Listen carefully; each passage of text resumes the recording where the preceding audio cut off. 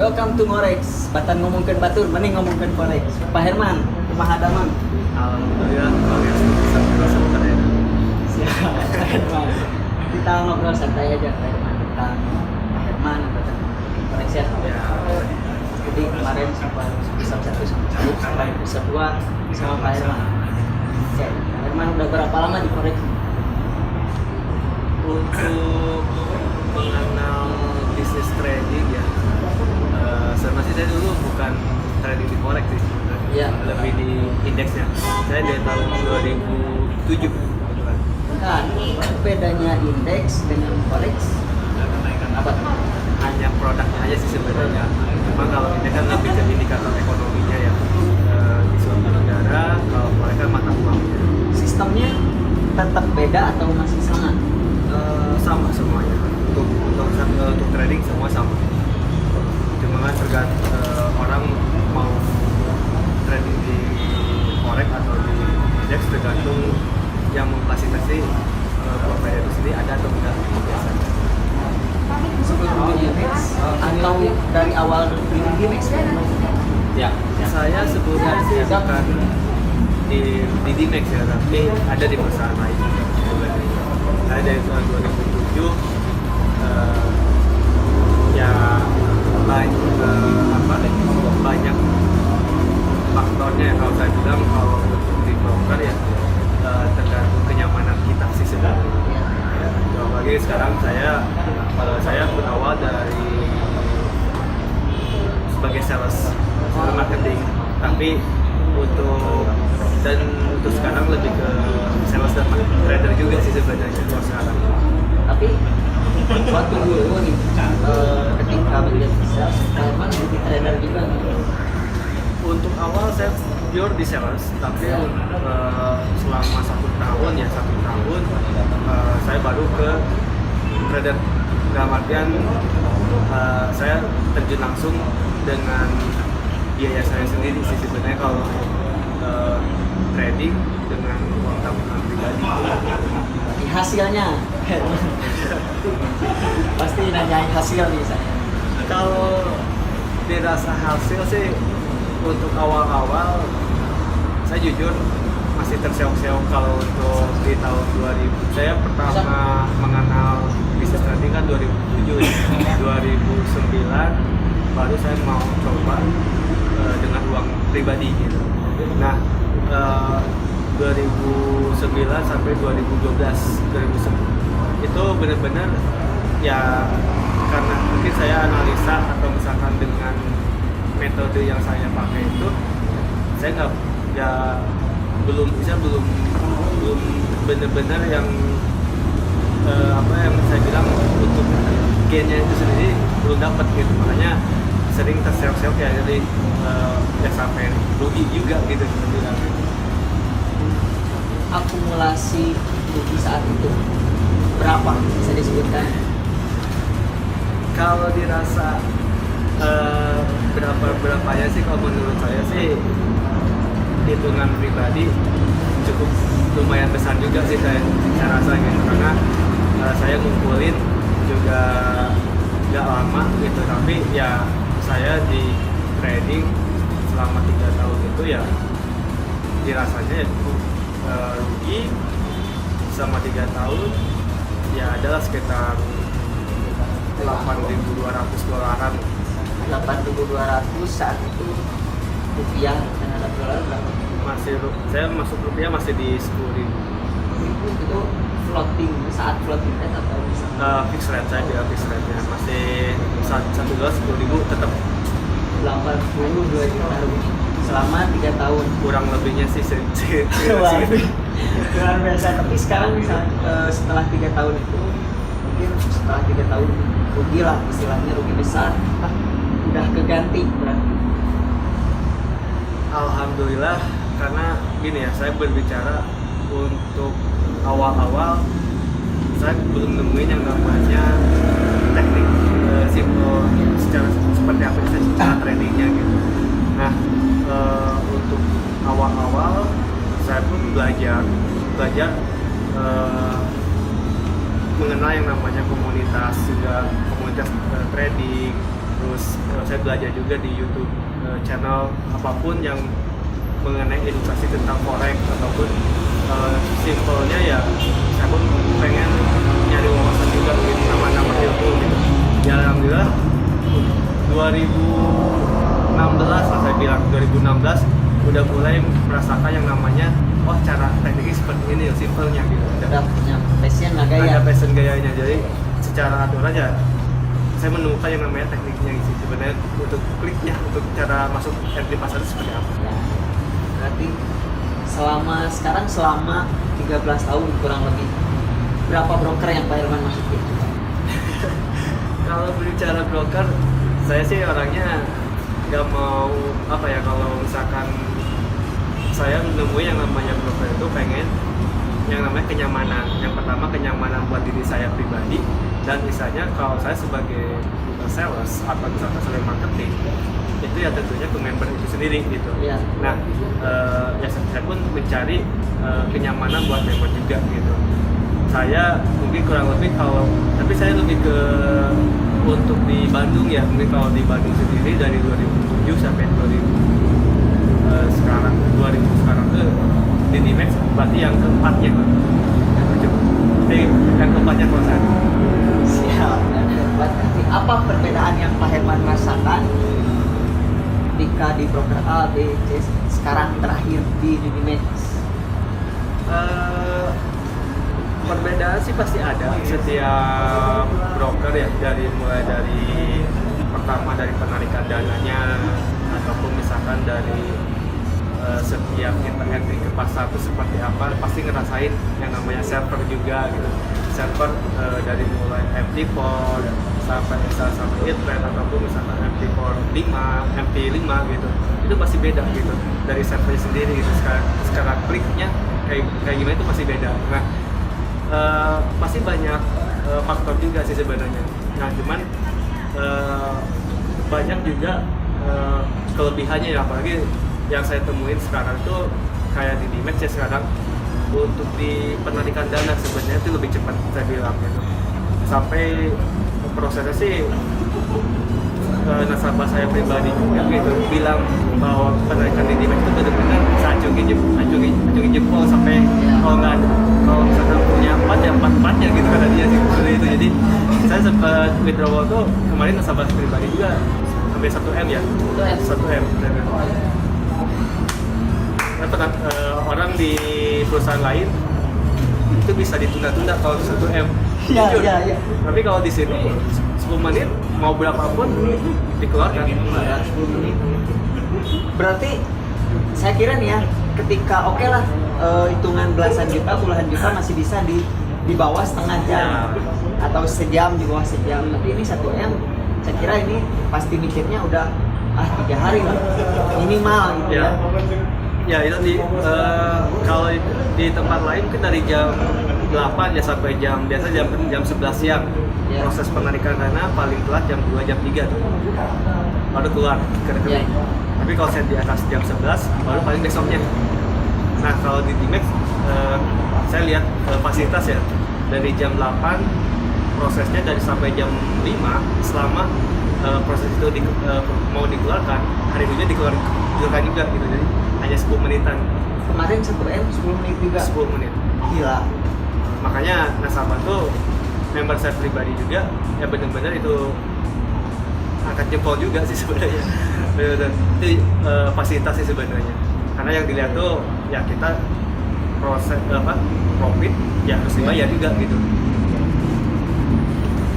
Profit 1M sejumlah 1M itu emang benar-benar pure si nasabahnya sendiri, atau kan broker di sini di Indonesia mungkin khususnya broker lokal sering mungkin mendengar yang si nasabahnya itu dimainkan oleh si marketingnya, dimainkan oleh marketing. Kalau di sini sejumlah itu sendiri atau emang kalau untuk broker saya bilang lagi di Indonesia ya, aturan broker itu kan menurut undang-undang itu yang namanya transaksi itu sebenarnya harus member atau misalkan nasabah itu sendiri. Itu yang menurut aturan undang-undang. Makanya di sini benar-benar untuk si member itu sendiri ya harus benar-benar transaksi sendiri gitu. Makanya fasilitas yang kedua itu ada namanya edukasi, saya bilang edukasi buat nasabah. Nah, dari mulai awal yang nasabah nggak tahu, apalagi yang mungkin pengalaman saya pribadi gitu, jangan sampai pengalaman saya pribadi yang kemarin habis di awal itu jangan kulangin lagi. Makanya ada namanya edukasi gitu, edukasi dari newbie, dari member newbie sampai misalnya sampai expert lah, itu di sini ada gitu. Makanya dari awal ya benar-benar yang training itu harus nasabah, jangan sampai si sales itu yang kebujuk rayu sama marketing lah saya bilang gitu. Makanya benar-benar nasabah itu yang training. Berarti manfaat untuk masuk ke ya saya rasa itu tadi fasilitas sih sebenarnya saya bilang gitu. Saya bertahan untuk di sebuah perusahaan itu lihat fasilitas dulu, fasilitas buat member sebenarnya lihat dulu seperti apa gitu. Yang pertama ya tentunya dari penarikan dana, edukasinya juga harus perlu gitu, karena setiap nasabah pun saya perlu edukasinya juga, saya pun ya sama gitu, perlu juga gitu edukasi juga. Jadi upgrade minimal gitu. Jadi perkembangan market seperti apa, upgrade terus setiap hari. Masuk ke si member ini atau si trader, ketika kita melakukan trading, harus alatnya itu banyak monitor atau satu aja cukup? Gimana? Kalau sebagai trader ya saya bilang kalau banyak monitor itu kita bilang passion sih sebenarnya, passion. Karena gini kalau kita banyak monitor juga, kalau misalkan kita nggak ada pengetahuan mengenai ilmu trading ya percuma juga gitu.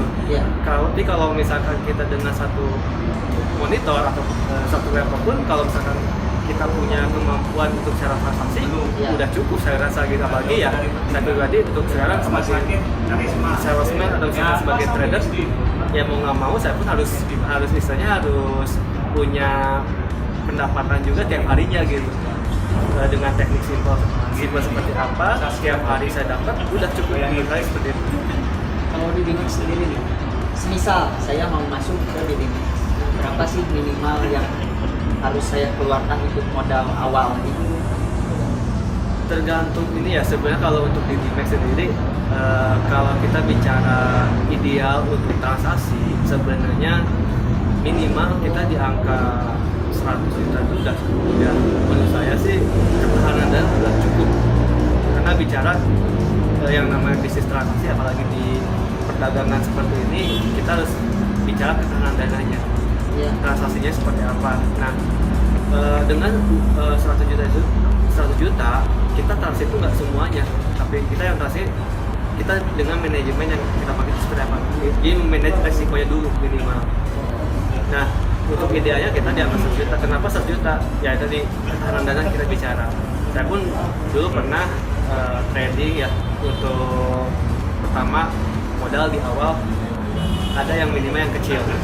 Yang pertama saya di $1.000. Ya saya rasa sih untuk saya mungkin dengan pengalaman saya pribadi untuk resiko pun masih lebih besar ya, sama kayak kita kalau misalkan kita jalan-jalan ke Jakarta atau misalkan ke pariwisata lah, dengan kita bawa uang 100.000 sama 1 juta masih beda betul.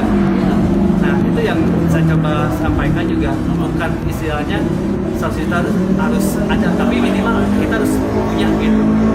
Di trading, bisnis trading itu ya kita jangan misalnya tujuan kita apa sih di trading itu, pengen cari benar-benar kita dengan modal kecil pengen besar, tapi kan intinya ada pendapatan yang lain gitu di samping dari bisnis konvensional kita gitu.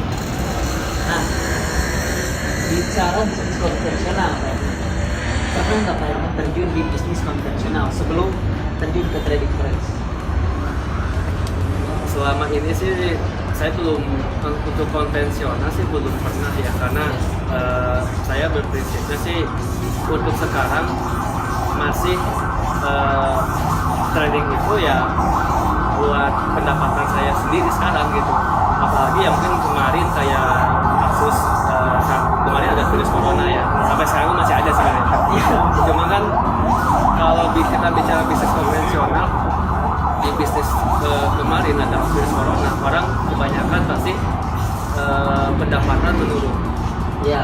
Nah, di trading kita bisa transaksi kapan aja tanpa ada istilahnya berita yang istilahnya mau apapun, tetap pendapatan kita kan mengalir. Itu sebenarnya lebih ke ya mungkin kalau untuk sekarang saya lebih fokusnya di trading dulu sih sebenarnya. Kalau untuk konvensional mungkin nanti next ke depannya rencana pun ada gitu, tapi untuk ke depan sekarang lebih ke tradingnya dulu sih sebenarnya. Balik lagi ke Dinimax, dari 100 juta, misal saya nih ada pertanyaan dari saya deposit 100 juta, oke, ke Dinimax ini berapa yang bisa saya dapatkan per bulan? Sebenarnya tergantung kita untuk plan trading ya saya bilang. Kalau untuk pendapatan, karena di bisnis trading itu kita nggak fix return. Nah, dan artian nggak satu bulan misalkan fix 10%, enggak. Ya.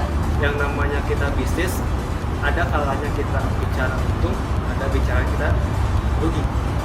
Nah, tinggal kita memanage ruginya itu sendiri sebenarnya. Kalau misalkan kita bisa manage kerugian, otomatis kerugian itu diperkecil tapi gainnya diperbesar. Nah, saya sih rata-rata kalau untuk sekarang sih untuk pribadi ya, untuk yang saya apalagi yang saya dengan dana saya pribadi itu saya satu hari paling minimal ada, kalau untuk kita pakai trading dengan minimal lot yang kecil itu ya antara 500 sampai 1,5 juta itu udah cukup sebenarnya kalau menurut saya pribadi per hari Ya. gitu.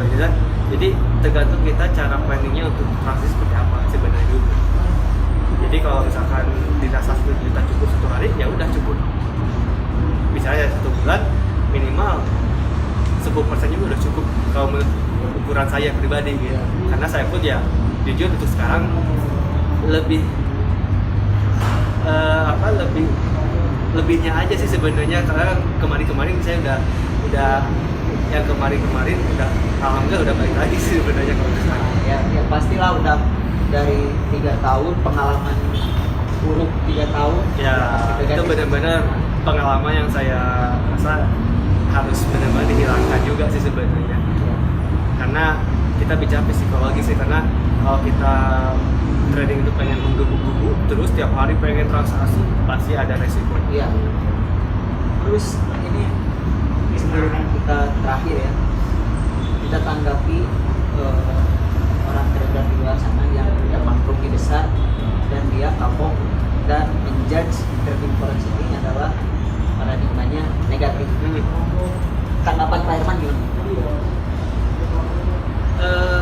Balik lagi sebenarnya kalau prinsip saya tuh ya tadi saya bilang, kalau saya dulu 2009 3 tahun itu 2012 uang itu habis saya untuk tabungan saya gitu. Saya berprinsipnya kalau misalkan uang itu saya habis dari market, ya saya pun harus balik lagi dari market itu. Gimana caranya ya? Saya harus menemuin yang namanya pola gitu, pola untuk transaksi seperti apa gitu. Yang alhamdulillah saya 2016 baru dapat yang namanya sistem trading yang benar-benar yang menurut saya ideal gitu buat saya pribadi gitu. Makanya ya mungkin kalau di luar sana masih berprinsip bahwa negatif, paradigma masyarakat masih negatif di bisnis itu, ya baik lagi tergantung kitanya sih sebenarnya. Kalau misalkan di luar sana masih banyak yang negatifnya, toh istilahnya masih banyak orang yang sukses juga gitu di bisnis ini gitu. Makanya ya baik lagi tentang tujuan kita untuk investasi itu apa sebenarnya.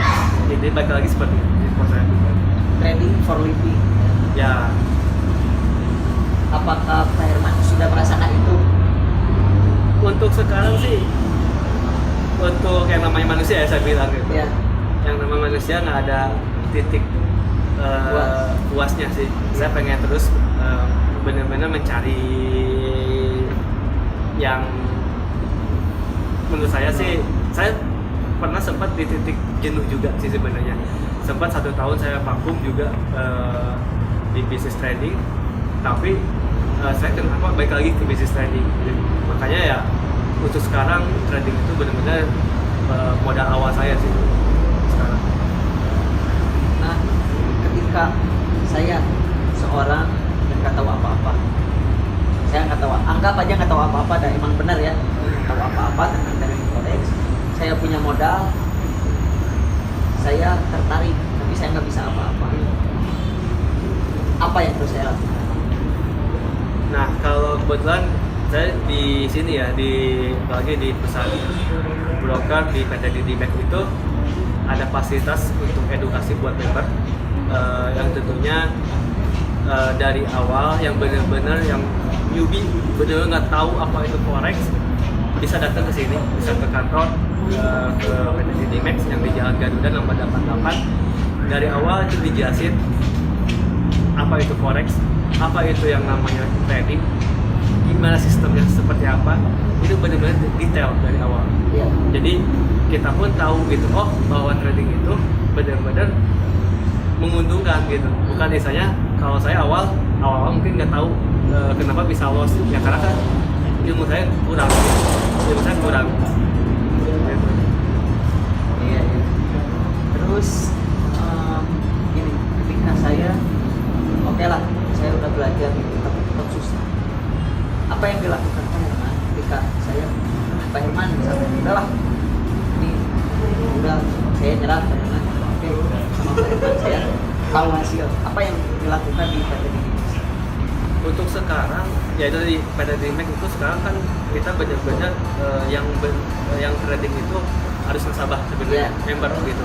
Jadi simpelnya ini. Jadi kalaupun misalkan kita nggak ada waktu, misalkan untuk transaksi, ya mau malam, karena kan kita untuk jam transaksi dari pagi sampai malam ya untuk transaksi. Misalkan seminggu pun udah cukup menurut saya, tapi lihat dulu plan kita seperti apa, mau kita harian atau misalkan kita jangka panjang long term atau seperti apa gitu cara transaksinya gimana ya itu nih, karena kan kita di sini ada kelas juga ya, edukasi baik secara kalau di sini kan kita ada VIP di DidyMax-nya ya sama GoFX ya, kelas GoFX-nya sendiri gitu. Itu kalau GoFX juga tinggal kita cuman follow sama masih channel ataupun misalkan yang member lain juga, yang mentor yang lain juga itu ada sinyal langsung gitu. Jadi kita tinggal follow aja, tinggal pasang SL take profit, udah kita misalnya mau kerja di luaran sana juga udah cukup gitu. Jadi kita udah ada batasan juga, atas bawah juga dibatasin gitu. Ya. Tapi kalau misalnya ini balik lagi ke saya udah pokoknya saya udah malas. Pak Herman ini udah saya kasih pandangan, saya tinggal beli dari skill tradingnya Pak. Halal nggak di sini? Kalau di sini haram saya bilang, karena yang namanya trading itu baik lagi benar-benar nasabah yang mengelola gitu. Kita hanya sebagai fasilitas saja. Kalau misalnya emang karena angka masuk, misalnya uang masuk ke perusahaan, tapi seperti itu tetap ditolak. Ya ditolak tetap, karena nggak boleh. Artinya gini, kita tetap yang namanya pelayanan ya saya bilang gitu, pelayanan nasabah untuk member gitu benar-benar itu nomor satu. Ya apalagi ya tadi kita kan nggak mau yang namanya nasabah itu menyalahkan kita gitu dengan cara transaksi kita gitu. Ya. Itu bedanya di sana. Karena psikologis kita itu beda gitu dengan misalnya dengan kita men-tradingkan sama orang itu trading juga gitu. Itu beda. Jadi kesimpulannya di sini itu emang kita walaupun newbie, walaupun nggak bisa, tetap ada edukasi. Harus edukasi.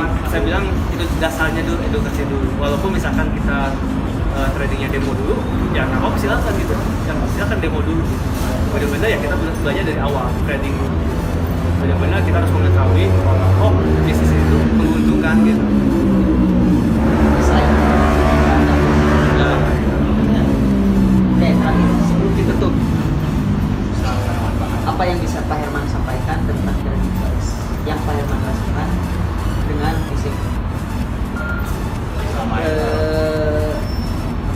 dirasakan dari Forex, saya rasa sih banyak ya. Kalau ya tentunya sih menegangkan saya bilang gitu. Yang kalau orang awam pasti awal-awal menegangkan, Iya. tapi kalau kita punya plan trading, cara transaksinya santai aja sih sebenarnya. Jangan misalnya ya tadi saya bilang trading itu jangan diburu-buru, Ya. jangan diburu-buru, jangan di apa merasa bahwa oh satu hari itu benar-benar harus profit, enggak, jangan. Iya. Tapi kita benar-benar yang minimal mapping dulu untuk pasarnya seperti apa, kalau ada momen baru masuk. Itu sebenarnya kalau kita trading. Jadi jangan asal masuk juga, kalau nggak ada momen ya ngapain kita harus masuk. Ya, jadi kesimpulannya di situ tidak menyarankan kita untuk seorang nasabah dimainkan oleh marketingnya Ya, atau betul. mentornya, Betul. tapi dengan cara diberi edukasi, silahkan diberi sanksinya, silahkan. Ya betul seperti itu. Jadi ya itu fasilitas juga sih sebenarnya ya tadi di Dimex. Saya rasa sih untuk perbandingan dengan saya dari awal ya, dari mengenal yang namanya broker, apalagi ya di Bandung ini ya, banyak istilahnya yang tentunya perbedaan kelebihan fasilitas juga sih buat member sama nasabah ya saya bilang gitu. Itu dari mulai dari penarikan dana, edukasinya itu benar-benar beda gitu saya rasa gitu. Nomor satu ya saya bilang sih di Dimex masih di atas lah saya bilang. Ya. Satu kata untuk ini maksudnya. Di Dimex saya rasa sih satu kata ya. Ya. Kalau satu kata di Dimex terbaik saya bilang. Oke, balik lagi di Ngorex, ngomongin batur mending ngomongin Forex. Hatur nuhun Pak Herman. Sami-sami.